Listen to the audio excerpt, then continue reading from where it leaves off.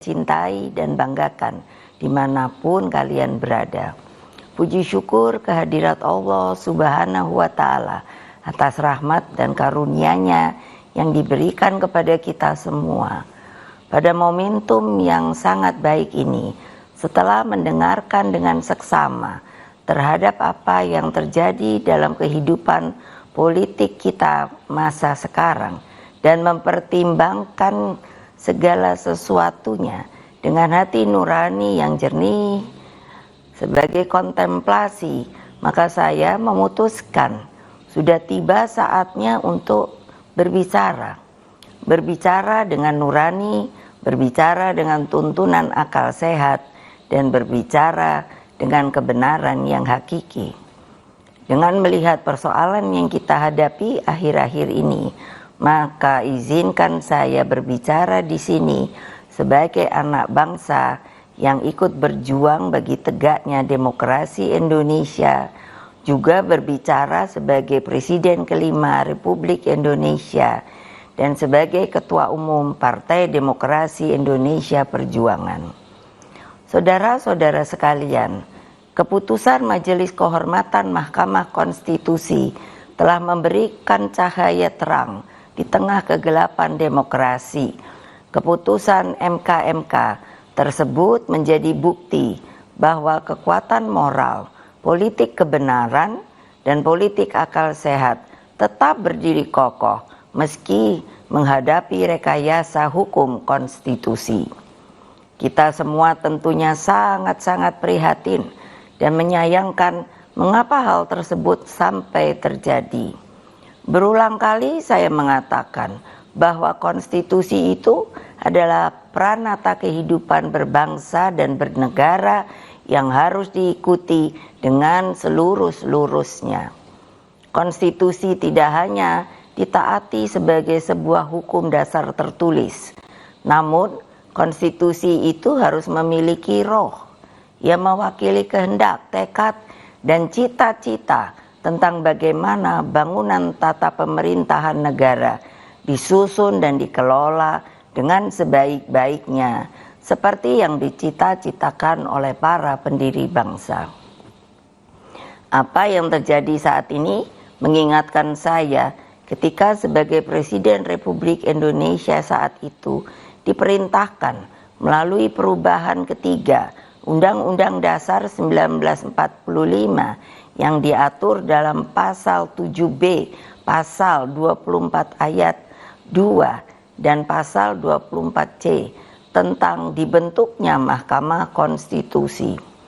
Dari namanya saja, Mahkamah Konstitusi ini seharusnya sangat-sangat berwibawa, memiliki tugas yang sangat berat dan penting guna mewakili seluruh rakyat Indonesia di dalam mengawal konstitusi demokrasi. Dengan perannya yang begitu penting, saya sangat serius menggarap pembentukannya. Saya sebagai Presiden didampingi oleh Menteri Sekretaris Negara mencarikan sendiri gedungnya, dan saya putuskan berada di dekat istana, yaitu suatu tempat yang sangat strategis yang disebut sebagai Ring 1, sehingga Mahkamah Konstitusi tersebut harus bermanfaat bukan bagi perorangan, tapi bagi rakyat, bangsa, dan negara. Saya ingat waktu itu, Ketua MK yang pertama adalah Pak Jimli Asidiki, dan saya sangat berterima kasih atas segala konsistensinya selama ini. Saudara-saudara sekalian, seluruh rakyat Indonesia yang saya cintai dan banggakan, dengan seluruh suasana kebatinan terkait pembentukan MK ini, apa yang menjadi kehendak rakyat melalui reformasi adalah suatu perlawanan terhadap watak dan kultur pemerintahan yang pada waktu itu memang sangat otoriter. Dalam kultur otoriter dan sangat sentralistik ini lahirlah nepotisme, kolusi, dan korupsi. Praktek kekuasaan yang seperti inilah yang mendorong lahirnya reformasi. Semangat reformasi yang berkobar-kobar itu menggerakkan rakyat hingga masuklah zaman demokrasi. Bukan sebuah proses yang mudah, bukan yang indah, karena pada waktu itu sampai saat ini kita masih seharusnya mengenang dengan perasaan hati yang begitu sedih atas pengorbanan rakyat dan mahasiswa melalui peristiwa Kuda Tuli, peristiwa Trisakti, peristiwa Semanggi, hingga berbagai peristiwa penculikan para aktivis, bagian dari rakyat, dan lain-lain. Mereka banyak saksi-saksi hidup yang sampai hari ini berdiam diri. Semua menjadi wajah gelap demokrasi.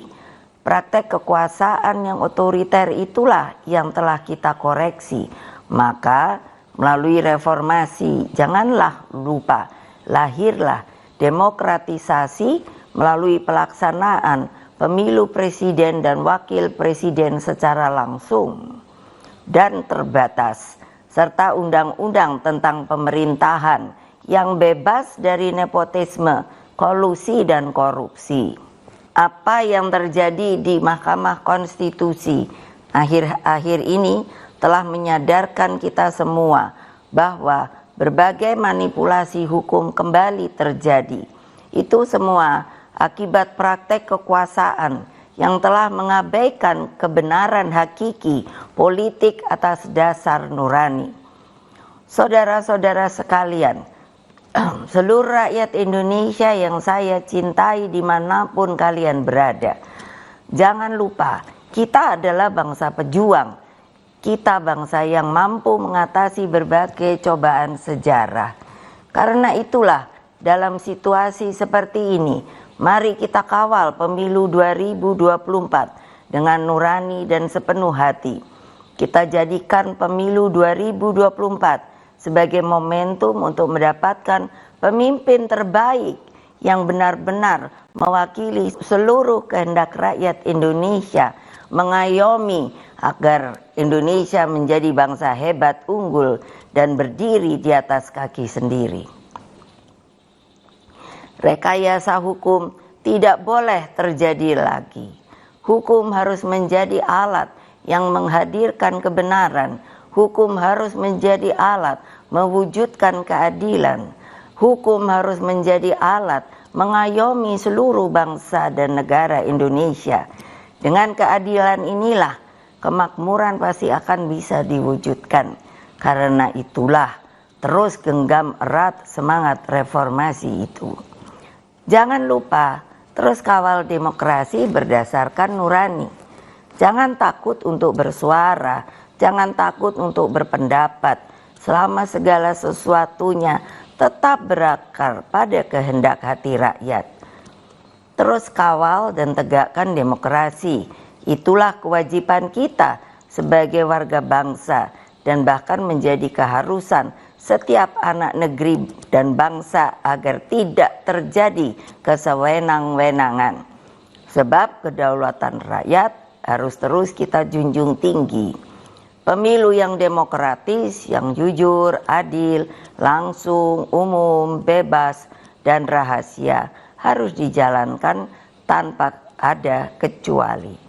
Rakyat jangan diintimidasi seperti dulu lagi.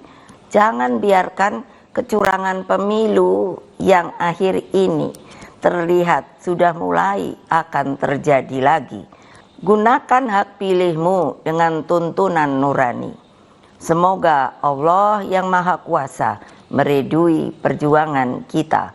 Merdeka, merdeka, merdeka. Terima kasih. Wassalamualaikum warahmatullahi wabarakatuh. Om Santi, Santi, Santi Om Rahayu.